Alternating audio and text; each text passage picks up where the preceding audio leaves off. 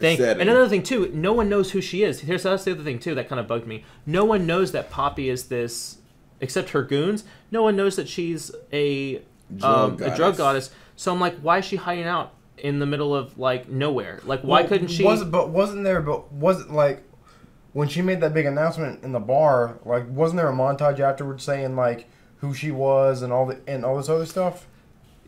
Yeah, they were saying that she wasn't considered, like, she didn't break out of like jail or anything. Like, she was They said that dropout of Harvard or MIT. As I'm saying, like the biggest thing on her record was that she like dropped. She had like a psych eval that was like saying that she was a little bit crazy, but that she had went to college and did all these things, and I'm like, and had several degrees, and I'm like, I'm like, so why are you hiding out in the middle of nowhere? I'm like, to me, it would make way more sense that she's doing her thing. I just felt like the place where she was at was just used so they could more for setting purposes, so that they could have a interesting finale for a different place that wasn't like in London or something like that. I would say, as far as insanity,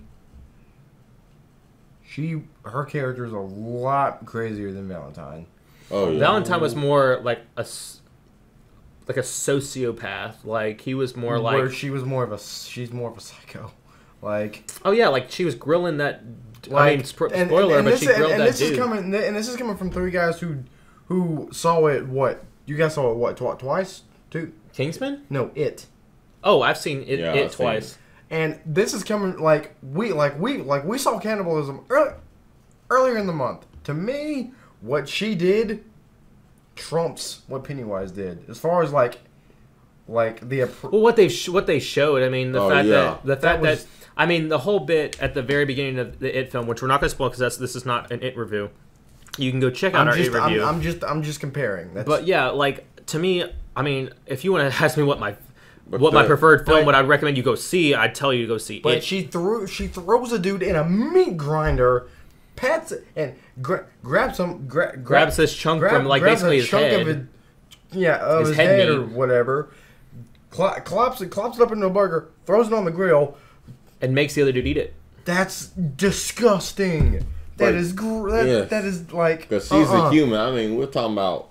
I mean, she's obviously nuts because she's grinding people up. They're having to get like, plated gold, tattoos, and then they're getting, and then she's kidnapped Elton John and making him perform until his fingers bleed, basically, and putting him on drugs and whatnot. So I mean, she's obviously, the lights are on, but nobody's home, basically. Oh, yeah. So I mean, okay, so let's segue in.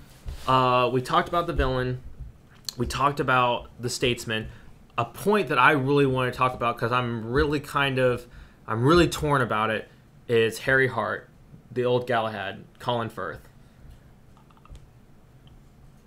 He's in this movie. But he's not in. He's in this movie. But if you're expecting to see the same badass as you saw in the first one, yeah, you're gonna have to wait a little bit. You might be a little. Well, first off, he doesn't even show up in the movie until about halfway into the movie. Right. I would say a little before. I mean, because the movie was like what, 2 hours and 20 minutes. Yeah, I would say. I think he got like he was at the end of the first act. Yeah, I think he got there in like the first 20, 25 minutes. No, because the first 20, 25 minutes was them going, like, the whole introduction of the Golden Circle, the destruction of all the Kingsman sites, them going to Kentucky and having the drink, him having the whole shootout at the beginning where he has to escape from the guy. So I mean, it was at least 30 plus minutes before we even see Harry, and the whole second act is literally them trying to bring him basically bring him back from the dead. I mean, well, and that's the other thing too. I was like, mentally. to me, like, I'm torn because.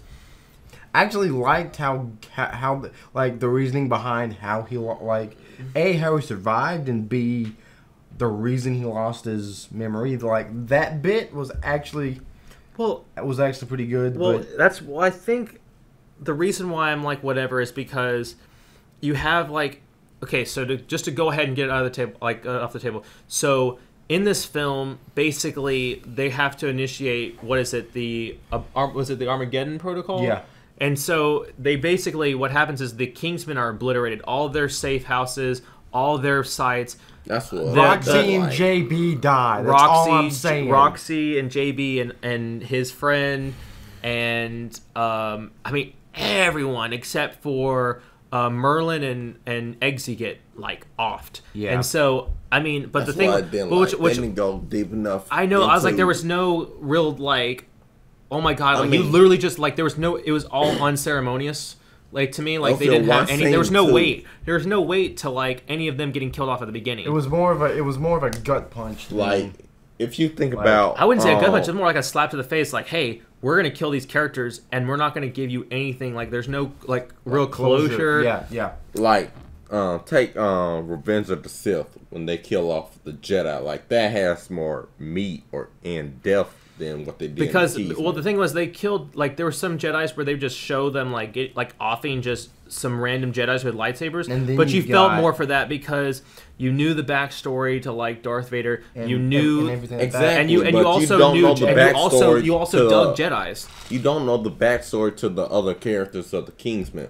Other than the ones that are in the first movie. Outside of Roxy, we don't really know any other Kingsmen. Yeah. But going back to Harry, like Colin Firth was my favorite thing about the first Kingsman. Yeah. And it was so cool to see Colin Firth, who's normally known for like dramas like The King's Speech and like the romantic comedies like Bridget Jones' Diary and whatnot. To see him like go into this like spy genre where he's like middle-aged, like kicking ass, like Liam Neeson style. Yeah, and then that was fantastic. And then so I was like, when they offed him in the first movie, I was like, well, this sucks. And then I remember you and I sitting in the theater. Well, hopefully, if you're going to see Kingsman: The Golden Circle, you've seen the first. Hopefully, you're not like. I remember just jump into I haven't seen it. But when Jacob and I saw it like opening weekend for the first film, and they killed him off.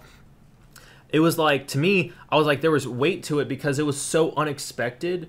And it just came after that huge church scene. Which was amazing. And so, which, that's the kind of thing is that, like, you kill him like that, and I'm like, there was all these speculations, like, is it going to be his twin brother?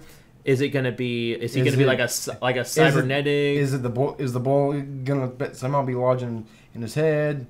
Nope, just all these things. Like, no, he's just like it's Harry, and he just lost his memory, and I'm like, doesn't have his memory, and I'm like, I was happy to have him back. Like it's like this, this conundrum I've experienced where I'm like, I want him back, and it's Colin Firth, and I'm like, he's so cool, and he's so awesome, but at the same time, I'm like let there be weight to it. I'm like, have him be gone, and then the second half of the movie. We're dealing with, we've got him back, but he's like having, Vietnam flashbacks. Yeah, he's having like episodes basically. Right. There's that, but Did anyone else like on this panel notice that they used the same score piece from X-Men First Class? Okay, when he's getting his memories back in the scene. Which this is my nerding out moment of this episode. So when he's getting the dog and he's like, and Eggsy's holding the gun and like you hear the music playing, that's the same music that plays when Charles is teaching Magneto to turn the satellite. I'm gonna have to go back. It's the exact same. I'm gonna have to look at that again. It's called Rage and Serenity. It's the same composer. Henry Jackman has composed every one of Matthew Vaughn's films. He's composed. First Class, he composed like a couple Marvel films, like he composed like Captain America, Winter Soldier, but he composed. No, Age of Ultron was Brian Tyler. Oh yeah. But he also composed the Kingsman films. Yeah. And so when that played, I was like, hey, like nice throwback because Matthew Vaughn directed First Class. Yeah. So I thought that was kind of cool. Mm-hmm. So I thought that was kind of cool that he was kind of like having that whole like waking up. That part was like very satisfying to me. I will say that though. Like when him coming back and it's like Harry's back and I'm like Eggsy's father figure. I'm like, okay, I'm happy about it now. Let's talk about the final act and Take me home. And our final thoughts, and let's wrap it up. country road. Okay, even To though a place they're British, did you feel I American belong patriotism? West Virginia, Mountain Mama, take me home. Like country road. And then when you hit the that- high note, boy, I was like, that killed like that. Rest that in peace, death- Merlin. Rest in peace. That death had like I almost cried. I had a man dude, tear for a second it, because I was like, Right. boy, I was like, he literally just saved Eggsy by using that spray to save him from that landmine, and then he steps on one. I'm like, oh my god! I'm like, you guys can't be doing this to me because I'm like, you just killed off like Roxy and everybody, and I was like, Then you I'm take like, out Merlin. and at first I was like, and if you hadn't brought Colin Hey. Firth back and had that, this and I'm could, like. this could be a moment in the next movie they could be bringing new agents in because they're thinking They about a need to. trilogy and Well, spinoffs. considering the entire Kingsman organization kind of got offed. I mean, they Yeah, there's do no more have a Kingsmen basically. Pretty good place to I start. mean, off. yes, there is. At the end of the film, they But, do have Kingsmen left. Yeah, But I mean, I can pretty much go ahead and tell you that Colin Firth is going to become Arthur. He's going to become the new Arthur, Oh yeah, he has to. and Eggs is going to be Galahad. And then they're going to just. What probably Channing Tatum if is Channing Tatum going to stay a statesman, or since he's there at the end, is he going to be? I think he or is he might, gonna be a I Kingsman? think he might be a Kingsman. yeah. Well, then he's So- going to be he'll be Lancelot probably. Yeah, and He'll probably then- take Roxy's spot. and then they'll fill in the rest. Right. But okay, so I think we can all agree the actual like ending action scene with Eggsy and Harry like going and like basically mowing down all those That dudes was- with like that- with the baseball grenades That was and good. while they played Saturday Night's All Right for Fighting Oh, by yeah. Elton John and having Elton John cameo that And much, that- I thought yeah, that was that was- fantastic. I thought Especially that was that little kick in the dude's face. the base my the God. bowling balls when they Oh Yeah, yeah. That was a lot. That was a lot of fun. I really liked the who's the Harry? Yeah, Harry, the guy that got the cybernetic arm. And Yeah. whatever. no Harry Hardis I is love that Colin fight Firth. scene. Oh, wait, that not, was a good fight scene. You know who I'm talking about. You're talking about the bad guy. Yeah. I liked the fight scene between him and Eggsy because I mean that was a long time coming. Not just in this movie, but think period. about. But I like the parallels though, where Yeah. he's like where he turned into the thug, and Eggsy was like the street thug, and then And he he became became the the prim and gentleman. proper Yeah. gentleman. Right. I did like that, so I thought that was kind of But- cool, like the character arc for and that. I liked the final battle inside the diner because, like. Oh yeah. I knew like as soon as she gave up the code, I'm just like, okay, I know that's the code, but this was too easy. Whiskey's gonna come in the next 2 seconds, and as luck would have, Whiskey came in. So Oh yeah, but even then, I thought it was kind of funny that like, of course, again he gets put in. I think that was kind of a reference. He gets put in head first into the meat grinder. yeah, and he gets his. Dude, I love like that slow it. motion. what did Yeah. Pedro Eggsy- Pascal, I bet it's in his contract, must be killed off with head being like But what caved did in. what did Eggsy say? Like once he was looking down at the meat or whatever, he said like grow that back or come back from that or so. Or he said some quippy one liner like. I don't know what he said, but I mean, okay. No. Go that back was in X-Men. Yeah, when he kicks the dude in the Yeah. nuts. Yeah. But I think let's wrap it up. I mean, I think we all kind of agree on a few things, but we all have different opinions on like the villain and whatnot. So, if you guys would say, do you think it's better than the first Kingsman? No. yes, but only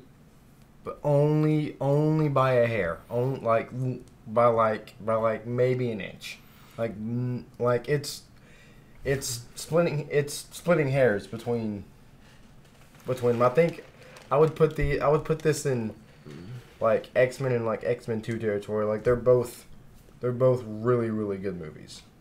So See, I would be in with Ian. I think that I felt it was very entertaining. I really enjoyed it, and I had a good time watching the film. But I felt like the first film had so much more polish, and it was like in terms of like the script was tighter, the characters. Like I liked that like it focused on just a few characters, so you really got a lot of whatever. So I mean, there's that, and then but would I recommend you go see it? I think we all at this table would agree. Oh, I think you should 100%. definitely go check it out. Go spend your money on it. Definitely do yourself a favor and watch the first one if you haven't watched it. Matthew Vaughn is when it comes to making these kind of movies, he can do no wrong. Like, wrong. I remember watching the first one last week before me and my girlfriend saw it, and I just like it's been a while since I saw Kingsman, and I just thought, dang, it's a really polished movie. So let's just throw it down on a letter scale grading, like an A to an F. A. An A. What would you give it, Jake? Ian, sorry. I'll give it a B plus. Yeah, I think I agree. I think I'd give it probably, like, for me, I'd probably say either a B or a B plus. It's really hard. It's kind of like right there. But so that was our review, our spoiler review of Kingsman: The Golden Circle. We hope you guys enjoyed that. Definitely recommend you guys go out and see it. So until next time, See ya. See you guys later. That's all for today's episode. Thank you guys for watching. And be sure to like this video and subscribe. And click the link in the description below to follow us on social media. See you guys next time.